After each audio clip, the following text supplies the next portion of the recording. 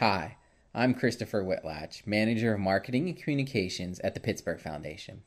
As part of Pittsburgh Give's 2010 Day of Giving, we've put together a series of webinars to assist our organizations in using social media to encourage individual giving. This webinar is Intro to Online Video and Digital Storytelling. There has been an incredible explosion in online video. Some of these statistics I'm about ready to show you, you might not actually believe them. In fact, they're hard for me to swallow sometimes too, but these are actual statistics.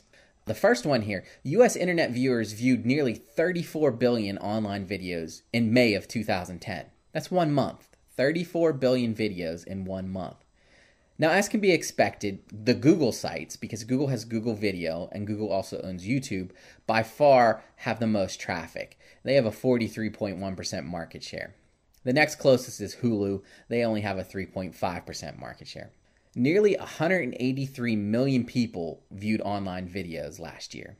And the average number of videos viewed per person was 186. That's 186 videos per person. YouTube.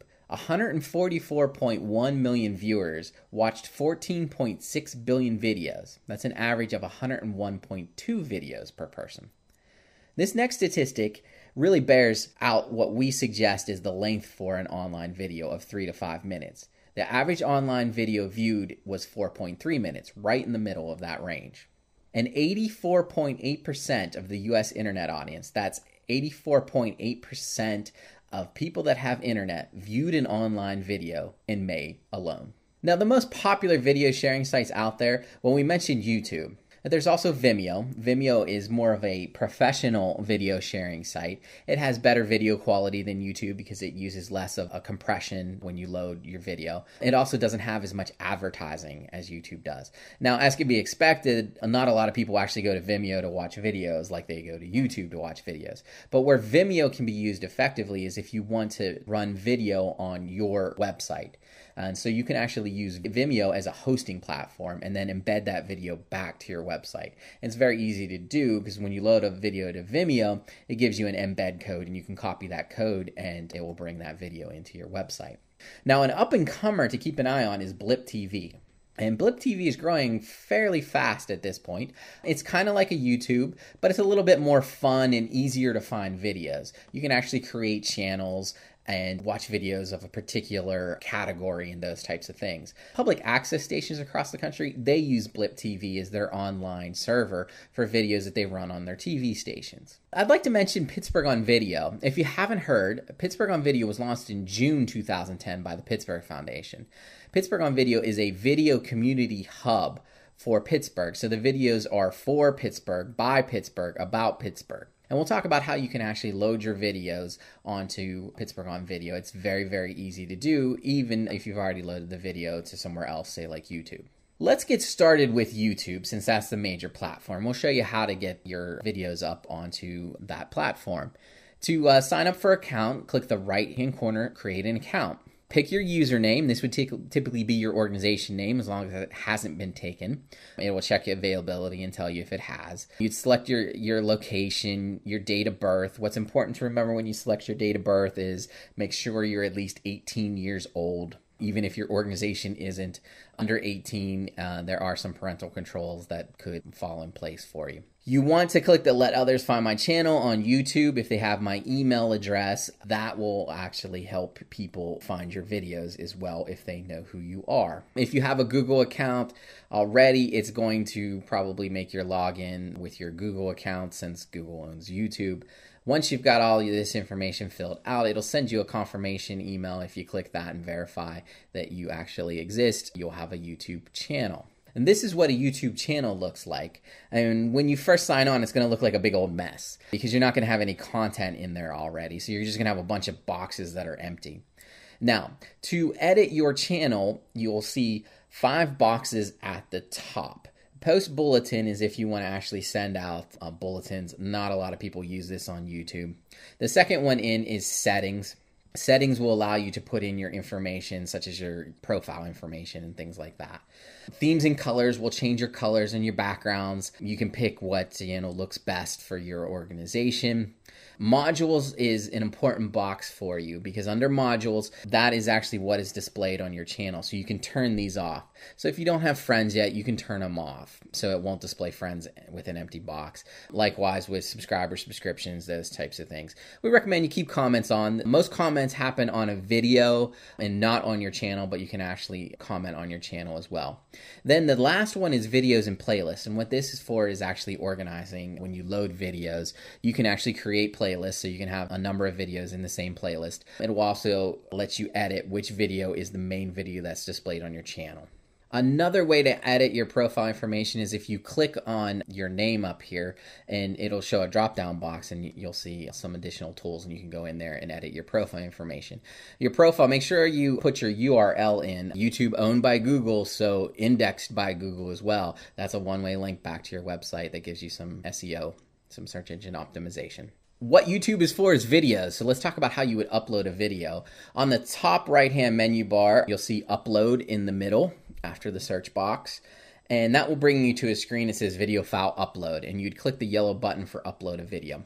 And it's very easy. It'll bring up a browse box. You just browse to where the video is and click on it. And then your upload will start automatically. It'll put in as the title whatever that file is called. So probably want to delete that and give it a more snappier title. Enter a description and at least enter a brief description on what is in the video. Tags are very important. Tags are how people find you on YouTube. So if your video is about the environment, make sure it says environment. If it's about water quality, say water quality. If it's set in Pittsburgh, put Pittsburgh. A lot of people search on Pittsburgh. About the Allegheny River, put Allegheny River. Those types of things. You can put a fair number of tags. On Vimeo, it's limited to 20, but I think you can actually go beyond that on YouTube. Then your category, and you can select a category that will put you in a particular area of YouTube. There is a nonprofit category. We often use the people and blogs category because a lot of our stories are people related. Your privacy settings, we recommend public. Public will allow other people to embed that onto their website. So if you want to add your video to Pittsburgh on Video, it really should be public so people can actually see it and play it. This will actually allow you to embed it on Facebook as well. And once your upload is complete, you'd go back to your name, you'd click on that, you'd go to My Videos, and you'll see that video show up. And if it's still processing, it'll tell you it's still processing and it's not public yet. Underneath there, there's a button called Edit. If you click Edit, you'll see a number of features that you can customize for that particular video. There is one really important box in here, so we do recommend that after you load a video that you go into Edit and go down to Comments and you select your comment setting.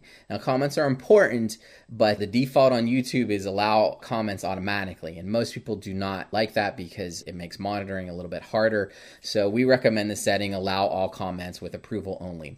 This will put them into a moderation. It'll show in your inbox that you have a comment that needs moderated. If you click approve, it'll show up. If you click decline, it won't.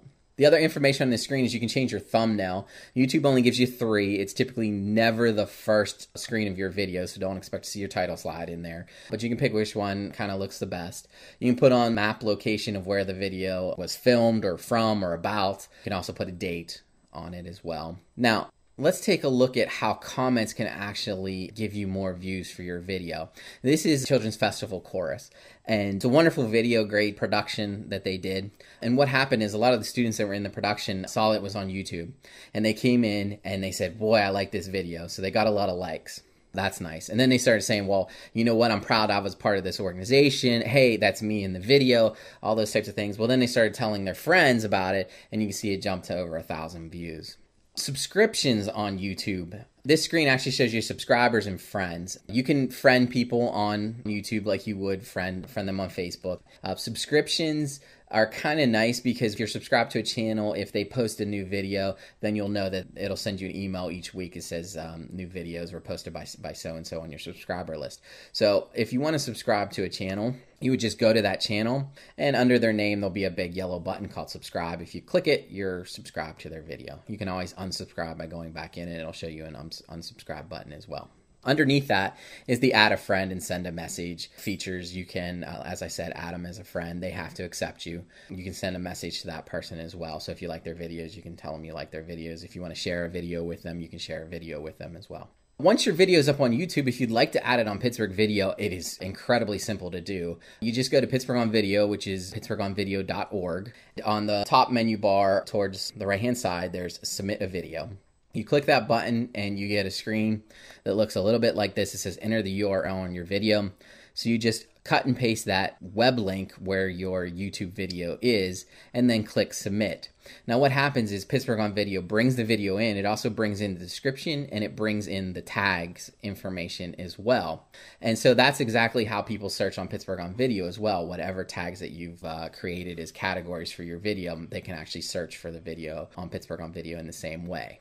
Video may be the most powerful storytelling medium that you have at your disposal with social media. It's very, very personal. I can select and really engage with your video and get your message, and I can share your video across the platform so it can go viral as well.